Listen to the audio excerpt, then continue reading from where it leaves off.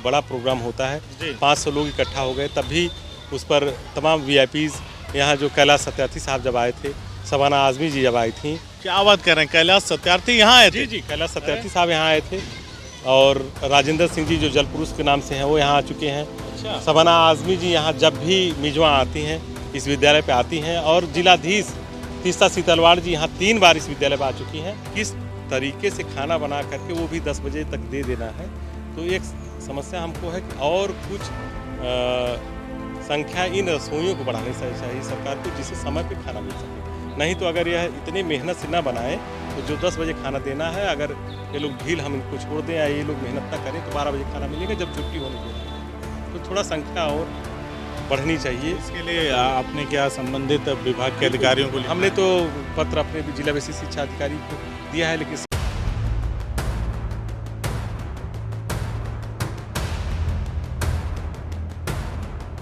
अब हम पहुँचे हैं एक ऐसे मतलब कक्ष में जहाँ पे अंदर क्लास 5 का एक अतिरिक्त कक्ष है वो चल रहा है। 4th या 5 सर?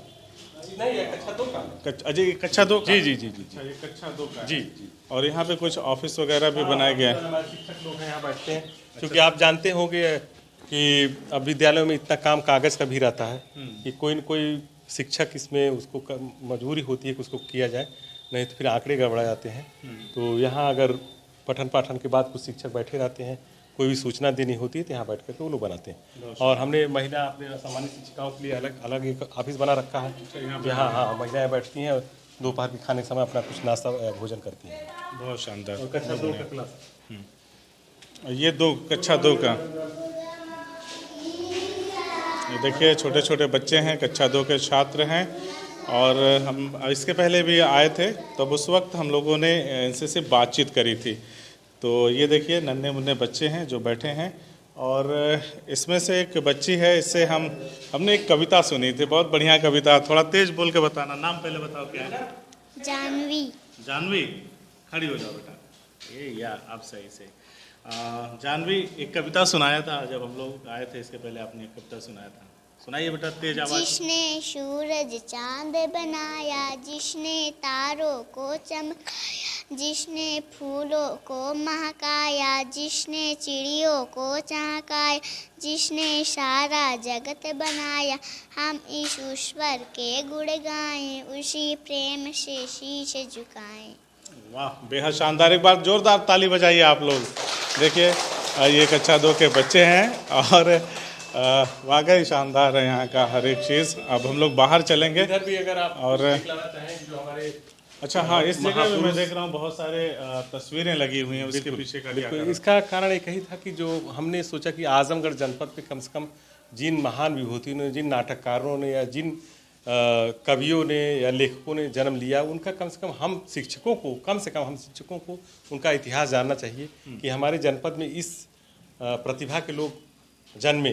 तो उनका 4-5 लोगों का जो हम समझ सकते थे, उनका हमने एक संक्षिप्त परिचय, इधर कैफी आज़मी साहब जो विश्वविख्यात रहे शायर और गीतकार और जनवादी चिंतक के रूप में, उनका भी हमने एक पोस्टर लगाया कि कम से कम बच्चे हो सकता ना समझ सके, अभी छोटे हैं, लेकिन कम से कम शिक्षकों को समझना चाहिए। देखते तो रहेंगे, समझते तो रहेंगे। बिल्कुल, अभी भी कक्षा 8-7 के बच्चे या 6 के बच्चे बताया भी जाता देखते हैं कि हमारे जनपद में इस तरह की विभूतियाँ रही हैं, तो कहीं न कहीं स्वप्रेरणा लेते हैं कि इस तरह के लोग अगर इस धरती पर जन्म ले सकते हैं, हम लोग कुछ कर सकते हैं। तो इसी तरह का उद्देश्य रहा कि उनके चित्रों का, उनके कम से कम जन्म और मृत्यु तिथियों का, उनके किस विधा में वो आखिर उनका नाम रोशन हुआ पूरे देश दुनिया में, तो उस तरह का एक संक्षिप्त परिचय मैंने दिया। चलिए अब हम लोग रसोई की तरफ चलते हैं, क्योंकि अब धीरे धीरे बच्चों के खाने पीने का भी टाइम हो रहा होगा और देख लेते हैं कि क्या क्या बन रहा है। अक्सर लोग इसमें बड़ा मीन मेख निकालते हैं कि हाँ, तो हमारी ऐसी कोई मंशा नहीं है, बस देखना चाहते हैं कि जब एक विद्यालय में सब कुछ सही है तो इस चीज़ को भी देख लेते हैं कि कैसा है। अब हम आ चुके हैं रसोई में और देखिए यहाँ पे चावल बन रहा है और चावल के बाद क्या है? सब्जी। चावल और सब्जी। अच्छा, चावल सब्जी यहाँ पे बन रहा है। और कितने लोग बना रही हैं आप लोग? कितने लोग हैं आप लोग? 4 जने। 5 लोग। और श्रीमान जी मैं बता देना चाह रहा हूँ, खैर आप हमेशा कह ही रहे हैं कि हम सब समस्याओं को भी दिखलाएंगे जो है बिल्कुल। कि एक कंपोजिट स्कूल में जहाँ 923 छात्र संख्या वर्तमान में हो, तो आप समझ सकते हैं कि 5 लोग जहाँ एक समय में 400 से बच्चे खाना खा रहे हों। एक बारात को आप देखते होंगे 200 की बाराती अगर आते हैं खाना बनाने, जहाँ खाना बनता है तो कम से कम 20 लोग तो उसमें खाना बनाने वाले लोग रहते हैं। जी जी। तो 5 महिलाएं जिनको मानदेय भी बहुत सूक्ष्म है उनका, किस तरीके से खाना बना करके वो भी 10 बजे तक दे देना है। तो एक समस्या हमको है कि और कुछ संख्या इन रसोइयों को बढ़ानी चाहिए सरकार को, जिससे समय पे खाना मिल सके। नहीं तो अगर यह इतने मेहनत से ना बनाएं तो जो 10 बजे खाना देना है, अगर ये लोग ढील हम इनको छोड़ दें या ये लोग मेहनत ना करें तो 12 बजे खाना मिलेगा जब छुट्टी होने बेला होगा। तो थोड़ा संख्या और बढ़नी चाहिए। तो इसके लिए आपने क्या संबंधित विभाग के अधिकारियों को लिखा हमने है? तो पत्र अपने भी जिला बेसिक शिक्षा अधिकारी को दिया है, लेकिन शासन चूँकि एक नियमावली के तहत हर चीज़ होता है यहाँ कि 100 बच्चों पे रसोइयाँ निर्धारित हैं, फिर 500 बच्चों पे, फिर 1000 पे अगर 1000 पूर्ण संख्या हो जाती है तब 5 से ऊपर 6 मात्र होते हैं। तो हमारे यहाँ चूँकि 923 है इसलिए 5 संख्या है, तो 5 अपर्याप्त है। कम से कम यहाँ 5 रसोइयाँ और होनी चाहिए। तो हमने इस तरह का पत्र अपने बड़े अधिकारियों को दिया हुआ है। अब मैं आपको सीधा ले चलूँगा अपने इस पूरे प्रांगण के सबसे खूबसूरत जगह में, और यहाँ पे बैठ के बाकी की हम लोग बात अगर कर सकते हैं। पीपल का ये देखिए बीज गिर जाता है, बीज गिरा हुआ है। खैर बहरहाल तो ये सबसे आनंदमयी जगह है। नहीं ठीक है। और पीपल का वृक्ष है, और ये देखिए घंटी, जी, पुराने समय की घंटी। और जब हम लोग भी पढ़ते थे तो उस वक्त एक घंटी वगैरह ऐसे ही आज भी लगती है। एक बात और वाकया पीपल के नाम से चूंकि आप कह रहे हैं कि महामहिम राज्यपाल रामनिवास यादव जी इस विद्यालय में राज्यपाल रहते जब पधारे, तो इस पीपल के पीछे वह खड़े थे, चूँकि दफ्तर है हमारा, दफ्तर में बैठे। उसके बाद जब निकले तो उन्होंने ऊपर देखा और कहा कि यह वृक्ष जब मैं पढ़ रहा था 1936 में तब भी इतना बड़ा था। इसका मतलब यह हो गया कि उस समय भी ये लगभग 100 साल से ज़्यादा का रहा होगा। तो जिस वृक्ष की छाया में हम लोग बैठे हैं 100 साल से ज़्यादा। बिल्कुल बिल्कुल निश्चित तौर पे। बाद में उन्होंने फिर डीएफओ को बुलाया, आजमगढ़ में सर्किट हाउस में रुके हुए थे, तो उन्होंने कहा कि वहाँ का प्रधानाध्यापक बता रहा था, और मैं भी जब 1936 में पढ़ रहा था तो यह घंटी लग गई है। ये खाने वाली घंटी, भोजन के लिए घंटी है जी। बिल्कुल मुझको लग रहा है इस समय 10 बजे होंगे। बिल्कुल आप घड़ी में देख सकते हैं एकदम 10 बजे हैं। तो उन्होंने बताया कि मैं जब 1936 में प्राथमिक विद्यालय में था तो इतना मोटा यह था। तो इसका तात्पर्य है कि 100 से ज़्यादा साल पुराना उस समय था। तो उन्होंने तत्कालीन यहाँ के जो बड़े अधिकारी वानिकी थे उनको बुलाया, डीएफओ साहब कोई थे कोई, तो उनसे कहा कि आप जाकर के उस वृक्ष की जांच करके आइए, अगर वो 100-200 साल पुराना हो तो उसको कुछ हेरिटेज के रूप में घोषित करिए। बाद में खैर बात आई गई हो गई, मान लीजिए अधिकारी आए थे, इसको जांच भी किए, तो यह तो सिद्ध हो गया कि 100 से ज़्यादा पुराना है, लेकिन कुछ उसके लिए संरक्षण के लिए कोई काम नहीं होता है। चलिए जी, अब कुछ महत्वपूर्ण चीज़ें हैं सर, मैं वो आपसे जान लेना चाहता हूँ। एक बार दिखा दें, बच्चे देखिए खाने के लिए जब टाइम हुआ तो अपने क्लासरूम से बाहर निकल आए हैं, और अब ये इनका जो भोजन है वो करेंगे। और मेरा सवाल ये है सर कि जैसे बहुत सारे विषयों पर हम लोगों ने बातचीत कर लिया, तमाम चीज़ें कर ली, मैं ये जानना चाहता हूँ आपसे कि आपका विद्यालय बहुत अच्छा है, बच्चों की संख्या फ़िलहाल बहुत बढ़िया है। जो अन्य विद्यालय हैं, मैं सिर्फ ज़िले की बात नहीं कर रहा हूँ, राज्य की बात कर रहा हूँ, जो जैसे आप जैसे लोगों की अगर तादाद कहीं और होगी, कुछ लोग और होंगे आप लोगों की विचारधारा के, निसंदेह वो स्कूल बढ़िया होगा। तो क्या कारण है कि हमारे विद्यालय जहाँ से पढ़ कर के एक समय में लोग निकले, उसकी इतनी ख़राब दशा हो गई? उसके पीछे क्या कारण आप समझते हैं? और सरकार जो प्रयास कर रही है वो कितना पर्याप्त है इन सारी व्यवस्थाओं को फिर से सुदृढ़ करने के लिए, स्कूलों को बेहतर करने के लिए?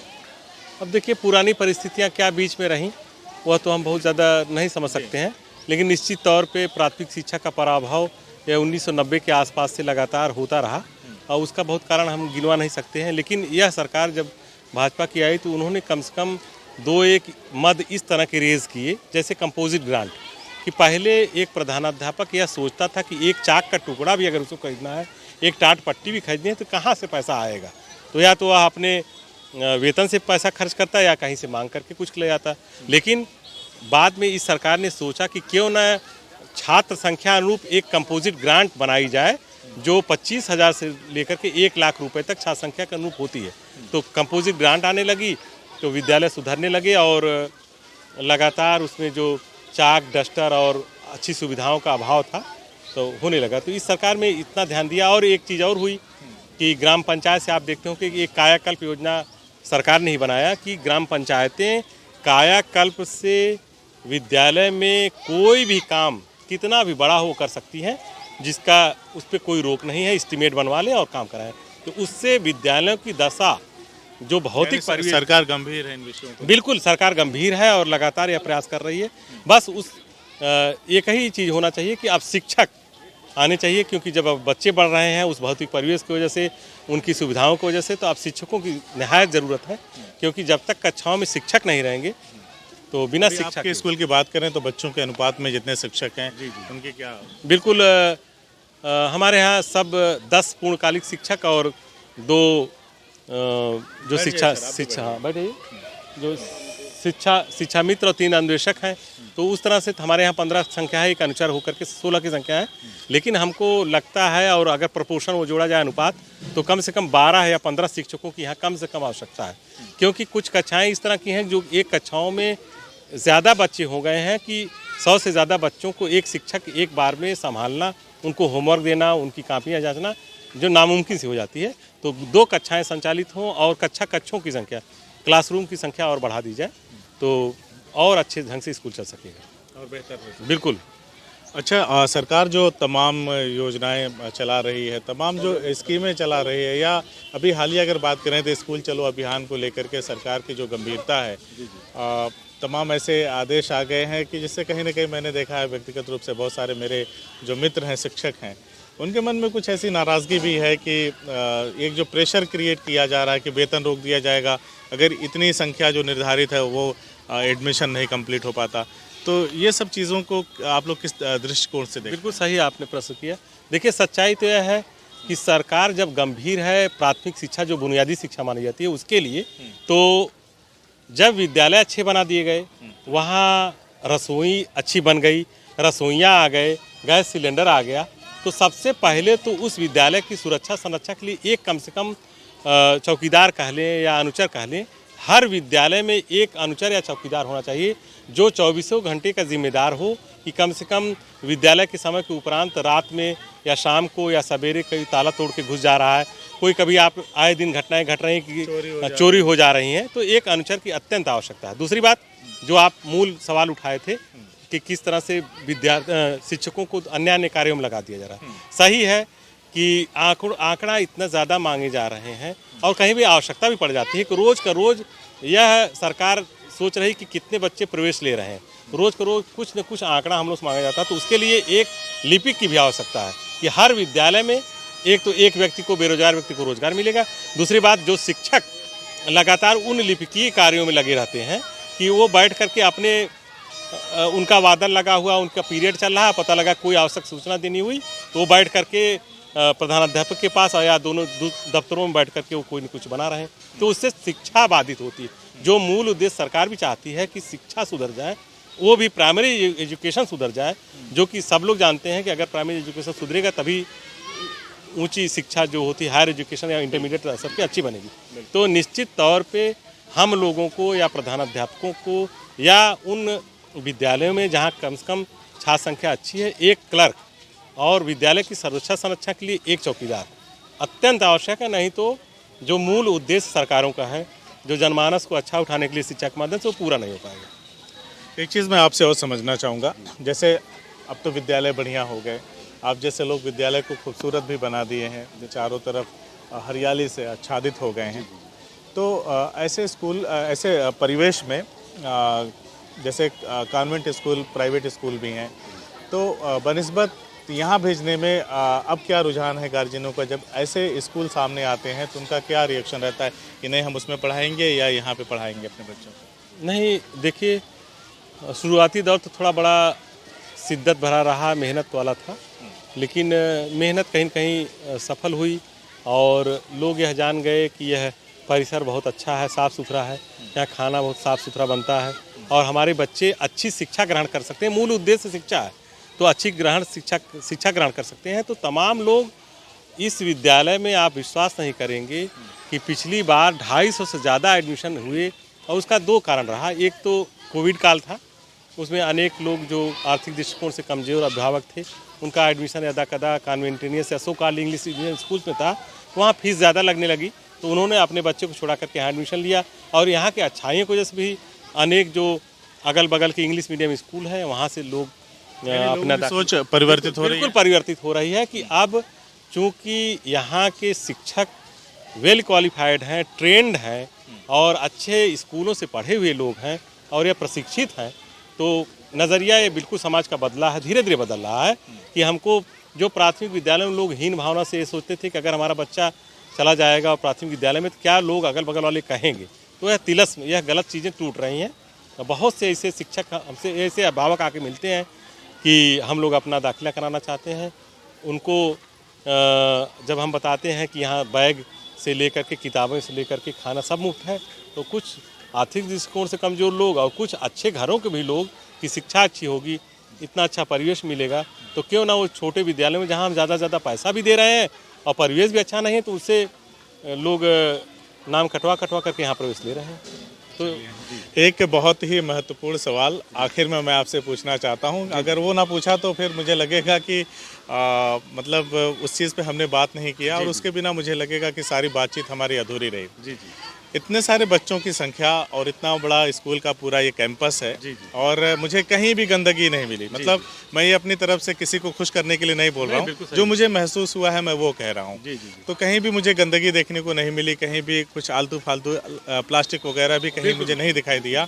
तो इसको कैसे मैनेज करते हैं, किस तरह की व्यवस्था करी है आपने?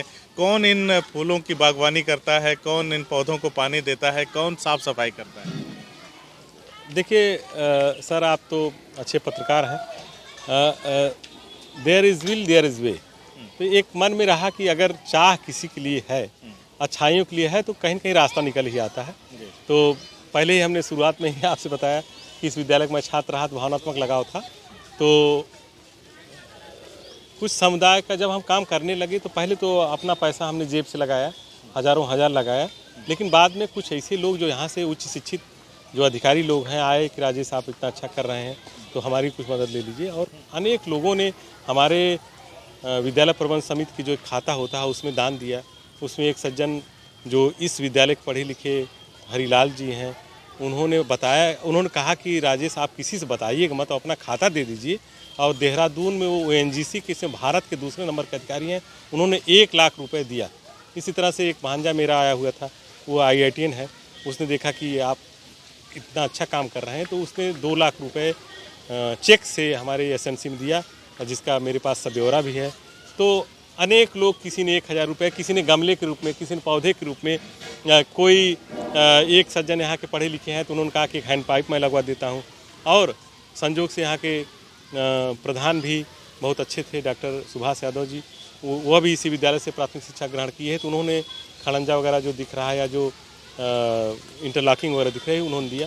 तो काम करने के फ़ायदा हुआ, जी कायाकल्प की योजना के तहत काम करने का फ़ायदा हुआ कि अनेक लोग इस तरह के आए और जो खुद यहाँ हमारी मदद करने लगे कि आप क्या चाहते हैं। और आपको हमने वाकया बताया है कि जिलाधीश आए थे तो उन्होंने भी हमसे कहा।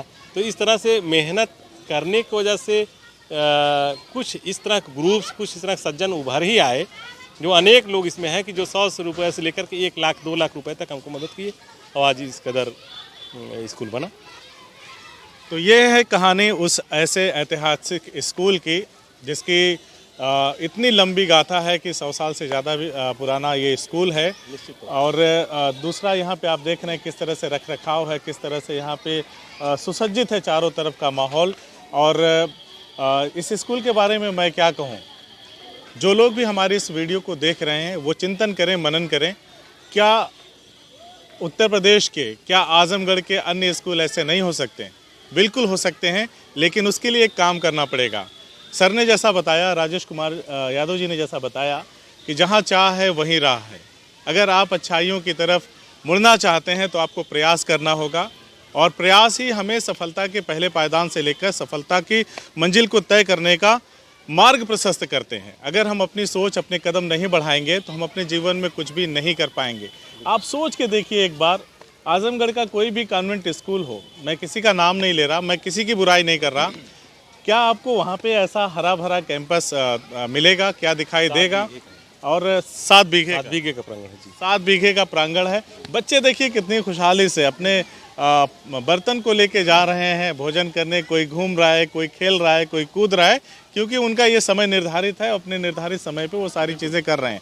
इस विद्यालय की खूबसूरती के बारे में क्या ही कहना। दीवार का कोई हिस्सा, कोई कोना बचा नहीं है जहाँ पे मोटिवेशन से लेकर के ज्ञान प्रेरक चीज़ें वहाँ पे उकेरी ना गई हों, ज्ञान की ऐसी ऐसी बातें ना बताई गई हों। बहुत सारी ऐसी तस्वीरें मैंने देखी जो मुझे लगा यार इसको तो मैं पहली बार देख रहा हूँ, इसे सबको देखना चाहिए। तो हमने कोशिश की है अपने कैमरे के माध्यम से हर एक उस एंगल को दिखाने की। देखिए, और श्रीमान जी हम कहना चाहेंगे कि आप देख सकते होंगे, अपने कैमरामैन से अगर दिखलाएंगे कि यहाँ एक चबूतरा हमने बनाया है जो 15 गुणे 30 फुट का है, जो एक परमानेंट चबूतरा है। जहाँ कोई भी बड़ा प्रोग्राम होता है, 500 लोग इकट्ठा हो गए, तब भी उस पर तमाम VIPs, यहाँ जो कैलाश सत्यार्थी साहब जब आए थे, शबाना आजमी जी जब आई थी। क्या बात कर रहे हैं, कैलाश सत्यार्थी यहाँ आए थे? जी, कैलाश सत्यार्थी साहब यहाँ आए थे, और राजेंद्र सिंह जी जो जल पुरुष के नाम से हैं वो यहाँ आ चुके हैं। अच्छा। शबाना आजमी जी यहाँ जब भी मिजवा आती हैं इस विद्यालय पे आती हैं, और जिलाधीश तीस्ता सीतलवाड़ जी यहाँ 3 बार इस विद्यालय पे आ चुकी हैं। अच्छा। जितने जिलाधीश हैं, जितने वरिष्ठ पुलिस अधीक्षक हैं, सभी लोग आ चुके हैं। तो एक बड़ा प्रोग्राम कोई भी होता है तो उस चबूतरे पे संपन्न किया जाता है। एक बार में 500 लोग यहाँ आराम से बैठ सकते हैं। 500 लोग आराम से? बहुत आराम से बैठ सकते हैं।